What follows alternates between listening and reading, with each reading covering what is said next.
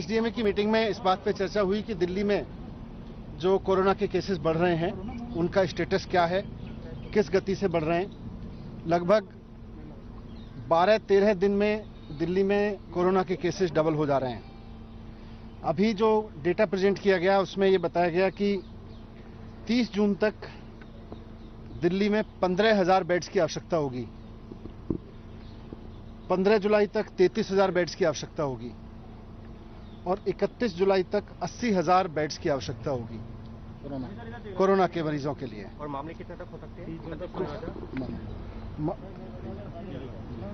हाँ, 15 जून तक 44,000 केसेस होंगे और करीब 6,600 बेड्स की आवश्यकता होगी। 30 जून तक 1 लाख केसेस पहुंच जाएंगे और 15,000 बेड्स की आवश्यकता होगी। 15 जुलाई तक करीब 2.25 लाख केसेस हो जाएंगे और 33,000 बेड्स की आवश्यकता होगी और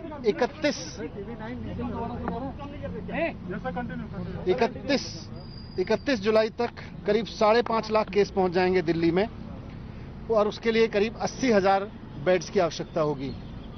ये तब है जबकि अब तक थोड़े दिन पहले तक लॉकडाउन चल रहा था और अभी तक दिल्ली के हॉस्पिटल्स में दिल्ली के ही जो निवासी हैं, वो चाहे कहीं से भी, जो आदमी आज दिल्ली में रह रहा है वही दिल्ली के हॉस्पिटल तक आ पा रहा था, जो दिल्ली सरकार के प्राइवेट हॉस्पिटल्स हैं। इसीलिए केंद्र सरकार कैबिनेट ने, दिल्ली की कैबिनेट ने निर्णय लिया था कि अभी कुछ समय तक, जब तक कोविड की परेशानी है, आगे आने वाले समय में जब 15,000 बेड्स की आवश्यकता होगी, 33,000 बेड्स की आवश्यकता होगी, 80,000 बेड्स की आवश्यकता होगी जुलाई के एंड तक, तो इनको दिल्ली के जो आज लोग दिल्ली में रह रहे हैं उनके लिए ही मैनेज करके रिजर्व रखा जाए, उनके लिए ही सीमित रखा जाए। लेकिन कल एलजी साहब ने उस फैसले को पलट दिया था। जब आज एलजी साहब से डीडीएम की मीटिंग में हमने रिक्वेस्ट किया कि साहब आपने कल ये फैसला पलटा, तो उससे पहले आपने अपेक्षा की होगी, कुछ आकलन किया होगा कि कितने केस बढ़ेंगे, बाहर से कितने केसेस आएंगे, उसका भी उनके पास कोई आइडिया तो नहीं था।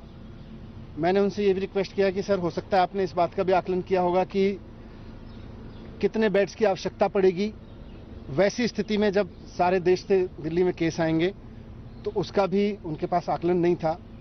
इतना ज़रूर है कि अगर पुराने ग्रोथ रेट को माने दिल्ली में, तो 12.6 डेज पर जो डबल होने का है उसमें सबकी सहमति थी कि आने वाले समय में 30 जून तक दिल्ली में 15,000 बेड्स चाहिएंगे, 15 जुलाई तक 33,000 और 31 जुलाई तक 80,000 बेड्स चाहिएंगे। तो ऐसे में एलजी साहब ने जो कल फैसला लिया कि दिल्ली के हॉस्पिटल्स को सबके लिए खोला जाए, उससे दिल्ली के जो लोग अब दिल्ली में रह रहे हैं उनके लिए बड़ा संकट पैदा हो गया है। हमने एसडीएमए की मीटिंग में ये मुद्दा उठाया था, एलजी साहब ने उस पर सहमति नहीं जताई। अब उसकी जिम्मेदारी कौन लेगा? कल को अगर केसेस इसी रूप से दिल्ली में बढ़ते हैं और बाहर से भी आके 2 दिन में, 4 दिन में, 10 दिन में दिल्ली के जो अभी अवेलेबल बेड्स हैं वो भर जाते हैं, तो इतने सारे केसेस जब आगे आएंगे और इतने सारे बेड्स की जरूरत पड़ेगी तो वो कहां से आएंगे? अभी इसका जवाब एसडीएमए की मीटिंग में कहीं से बात नहीं था। तो हमने उनसे यही कहा कि इसको रिकंसीडर करें। उन्होंने मना कर दिया था रिकंसीडर करने से, लेकिन अब जो भी है हम उसको लागू करेंगे और हम कोशिश करेंगे कि दिल्ली में देश के जितने ज़्यादा से ज़्यादा लोगों की सेवा हो सके और दिल्ली के लिए भी पूरी कोशिश रहेगी जितना मेडिकल फैसिलिटीज़ को एक्सपेंड कर सकें, जितना अधिक से अधिक संख्या में ऑक्सीजन बेड्स और ये सब खरीद सकें। इतनी संख्या में ऑक्सीजन बेड्स बनाने की अभी तैयारी हम लोग कर रहे हैं। कम्युनिटी स्प्रेड पर भारत सरकार के अधिकारीगण भी आए हुए थे।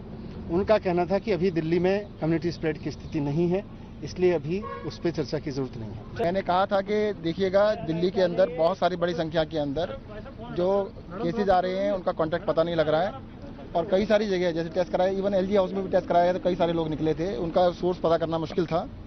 तो दिल्ली के अंदर अब हम टेक्निकलिटी में ना जाएं। और कल एम्स के डायरेक्टर ने खुद कहा था कि दिल्ली के कंटेनमेंट जोन्स में कम्युनिटी स्प्रेड है, परंतु क्योंकि टेक्निकल इशू है और इसके बारे में फैसला केंद्र सरकार ही कर सकती है, वही बता सकते हैं कि कम्युनिटी स्प्रेड है या नहीं। हम तो कहते स्प्रेड है, हम तो ये कह सकते हैं भाई स्प्रेड है, दिल्ली में बढ़ रहा है, बहुत तेजी से बढ़ रहा है। अब उसका वर्ड जो कम्युनिटी स्प्रेड वर्ड यूज करने की अधिकार तो केंद्र सरकार के पास वही बता सर पाएगा। बस एक सवाल है, बाहर से आए हुए पेशेंट्स का कोई डेटा इस वक्त दिल्ली सरकार के देखिएगा, पास है जो ये हम मैं बता सकता हूँ आपको, दिल्ली के अंदर प्राइवेट हॉस्पिटल्स में 50% लोग बाहर से इलाज कराने आते हैं और बड़े सरकारी अस्पतालों में 70% लोग दिल्ली से बाहर के होते हैं। अभी जब लॉकडाउन था दिल्ली में सभी हॉस्पिटल्स में एवरेज ऑक्यूपेंसी 10% से भी कम थी, प्राइवेट में भी और सरकारी में भी 10% से भी कम ऑक्यूपेंसी थी। बहुत सारी सर्जरीज, बहुत सारे लोगों का इलाज प्लान सर्जरीज होती हैं। प्लान सर्जरीज का मतलब ये होता है कि प्लानिंग करके आदमी कराता है, वो 10-10 दिन 15-15 दिन अस्पताल में रहते हैं। जब वो लॉकडाउन के दौरान 2 महीने पोस्टपोन हुई थी तो अभी फर्दर 1-1.5 महीने के लिए और हो सकता था, जिसकी वजह से दिल्ली में इतनी बड़ी संख्या में बेड मिल सकते थे। अभी मनीष जी ने जैसे बताया 31 जुलाई को सिर्फ दिल्ली वालों के लिए, मैं दिल्ली से बाहर की बात नहीं कर रहा हूँ, सिर्फ दिल्ली वालों के लिए 80,000 बेड चाहिए। अब इतनी बड़ी संख्या में अगर आपको बेड चाहिए तो कम से कम जो प्लान सर्जरीज हैं, प्लान वाले काम है, वो कम होंगे तभी वो बेड मिल पाएंगे। मनीष जी ने पूछा था एलजी साहब से कि भाई आपने प्लान तो किया होगा जब सबके लिए खोला है, कि नहीं प्लान कुछ नहीं किया है, उसका कोई अंदाजा भी नहीं है, क्या देखते हैं क्या होता है। ये देखने वाली अंदाजे वाली बात पे आ गए हैं, थोड़ा सा मुश्किल काम है। दिल्ली सरकार दिन रात लगी हुई है, नए नए बेड्स बना रही है, परंतु अब इसमें बहुत बड़ी समस्या आ सकती है कि अगर पूरी हिंदुस्तान से लोग इलाज कराने के दिल्ली आएंगे तो मुझे लगता है बेड अरेंज करने में कुछ समस्या जरूर आएगी।